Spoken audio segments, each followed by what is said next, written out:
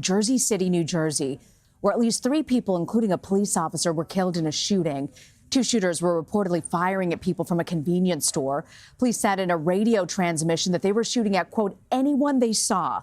Authorities say that both shooters were found dead inside the store, along with 2 other victims. Bystanders described the chaos earlier, saying that the gunfire sounded like fireworks.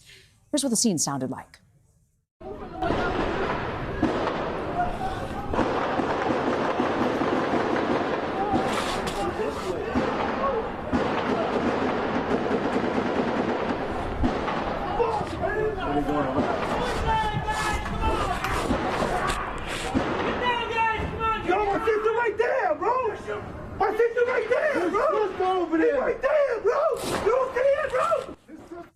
New Jersey Governor Phil Murphy tweeted earlier saying, quote, I have every confidence in our law enforcement professionals to ensure the safety of the community and resolve this situation. Today reminds us of their bravery and their sacrifices they and their families make for our communities.